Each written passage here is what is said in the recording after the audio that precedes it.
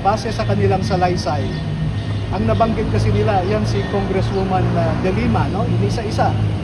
At I think mga 10 beses na ni-review nila, no? Every week, bumabalik ako sa kanila, binibigyan ko sila ng draft, etc. Ngayon, si Congresswoman Laila De Lima ay nakikita kasi na nakikipagtulong sa Unit Town 8 sa Polo Club Townhouse sa Forbes Park. At yung mga pumirma sa affidavit, sila kasi yung naghahanda ng pera, sila yung nagdadala, sila rin yung nagpapantay, no? At bago ang meeting, dinadala sa loob ng meeting place. At makikita nila na yung bitbit nilang mga bagahe na may pera, paglabas ng mga nagmi-meeting doon ay bitbit na rin nila ang kaparehong paper bag o kaleta man yan. At isa si Congresswoman Laila De Lima na nakita nila mismo, eyewitness, na nagdala ng paper bag na may salapi sa loob. Tuloy-tuloy pa rin ang laban sa matinding korupsyon sa gobyerno na halos trilyong pisong pondo ang umano'y napunta sa bulsa ng malalaking tao sa gobyerno. Yan ay matapos ang matapang na paglantad sa publiko ng 18 na dating mga sundalong Marines na kasamahan ni Master Sergeant Orly Guteza at nagturo kay Pangulong Ferdinand Marcos Jr., dating House Speaker Martin Romualdez at dating Ako Bicol Party List Representative Zaldico bilang mastermind sa flood control scam. Na hindi magkukulang na 5 milyon. Pero earlier sa mga na nasa listahan, tinatawag nila na sinungalingan, hindi totoo, at meron pa nagsasabi wala raw kredibilidad itong na mga hawak ninyo ng 18 na to lahat, attorney. Normal po na yan ang sabihin ng mga naaakusahan. Katulad din po noong PDAP scam noon, na ganyan din ang sinasabi ng mga mambabatas natin na pineke ang firma ko, walang kredibilidad, sina Ben Harloy. Normal po yun na depensa nila. Kaya po minarapat namin na idulog ito sa tamang ahensya ng gobyerno, ang Office of the Ombudsman, dahil ito lamang ang pwedeng magsagawa ng isang investigasyon. Pero nababanggit si Ombudsman dun sa mga, may ganun ba na nababanggit si Ombudsman pagkatapos sa Ombudsman pa kayo nagpunta? Oo, nabanggit si Ombudsman Remulla dahil sa bahay niya nagkaroon ng isang meeting ang mga taga-ICC.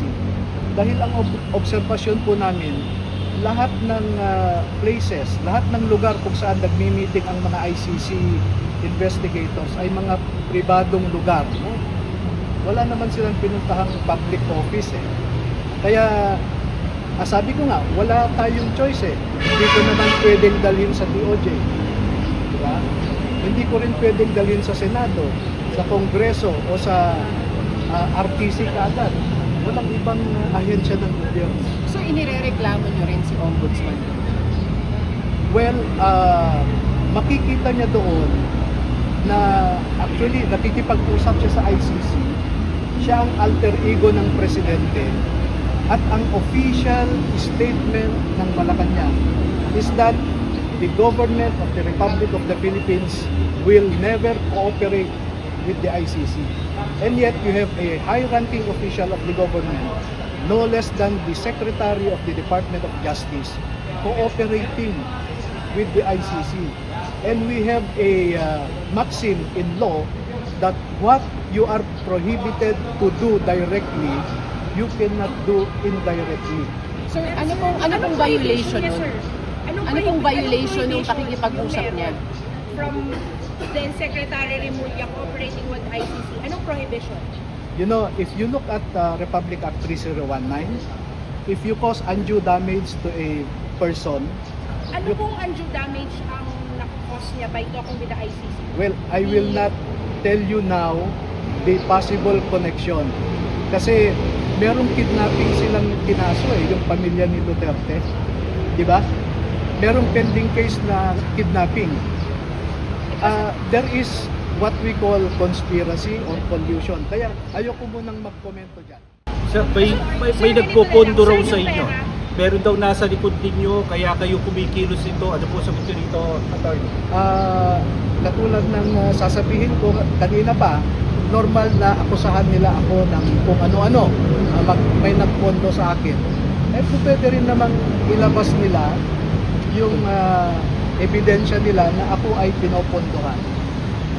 I can open my bank account, you can inspect it, anything.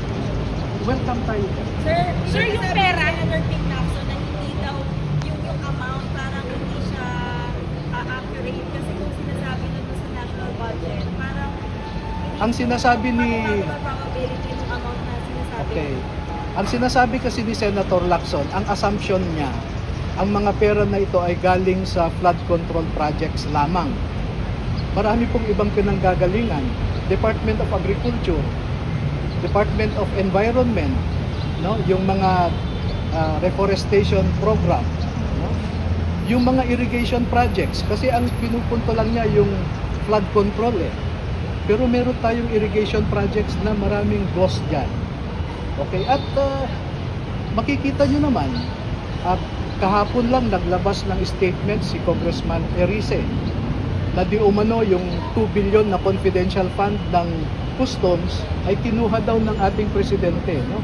So maraming pwedeng panggalingan. Halimbawa, yung aligasyon na yung Bucor chief ay nagdala ng pera kay Saldico, no? Hindi naman yun galing sa flood control. And even assuming na flood control lang, ang total niyan mga 1.3 trillion ang flood control fund, 1.3 trillion. Kung makita nyo yung sa PDAF scam, 60 to 70% ang kinukuha ng mga mambabatas. Kaya yung sinasabi niya, 70% ng 1.3 trillion is about 800 billion. That is accurate. Kasi nga, binase ko yung statement ko na yan dahil 3 hanggang 4 na beses ang mga dating sundalo na ito, ang sinasabi nila na nagde-deliver sila sa Forbes Fund 3 to 4 times a week at hindi bababa ng 20 na bagahe kada delivery. At sir, ganito na lang, pakumplete na lang sir, may pera. Pera to ni Saldico na pinambabayad Yes. sa mga politiko para Yes. Galing- anong gagawin? hindi ko po alam. What Walang is sinasabi. your allegation? Kasi di ba sir, sabi nyo, pera ni Saldico, ginagawang bribe sa mga public officials, para saan? Wala po kaming sinasabing bribery ha. Ang sinasabi ng affidavit nila ay nagbibigay ng pera si Saldico sa mga government official na ito. Para saan po? Para Kaya, saan daw po yung pera? Pag makikita po ninyo yung referral po sa ombudsman, there is a possible violation of RA 3019 at saka 6713. At ang klaro na sinabi po, maaaring makita rin ng ombudsman kung mag-investiga later na pwedeng may violation sa malversation at saka bribery. Bakit sila bibigyan ni Saldico ng pera? Itong mga tao. Yun po ang lalabas sa investigasyon. Attorney, ano yung naging vetting process natin para dun sa mga statement? Ilang buwan? Ano yung mga naging challenge? Okay, may mga kinausap akong ibang kasamahan nila na sa ngayon ay yung iba ayaw nilang lumabas, no? At nagbigay pa nga sila ng mga litrato maliban sa binigay sa akin ng mga 18 na ito, ay may iba pa silang ibinigay sa akin ng pati dokumento. Yun ang vetting process na ginawa ko. At nag-umpisang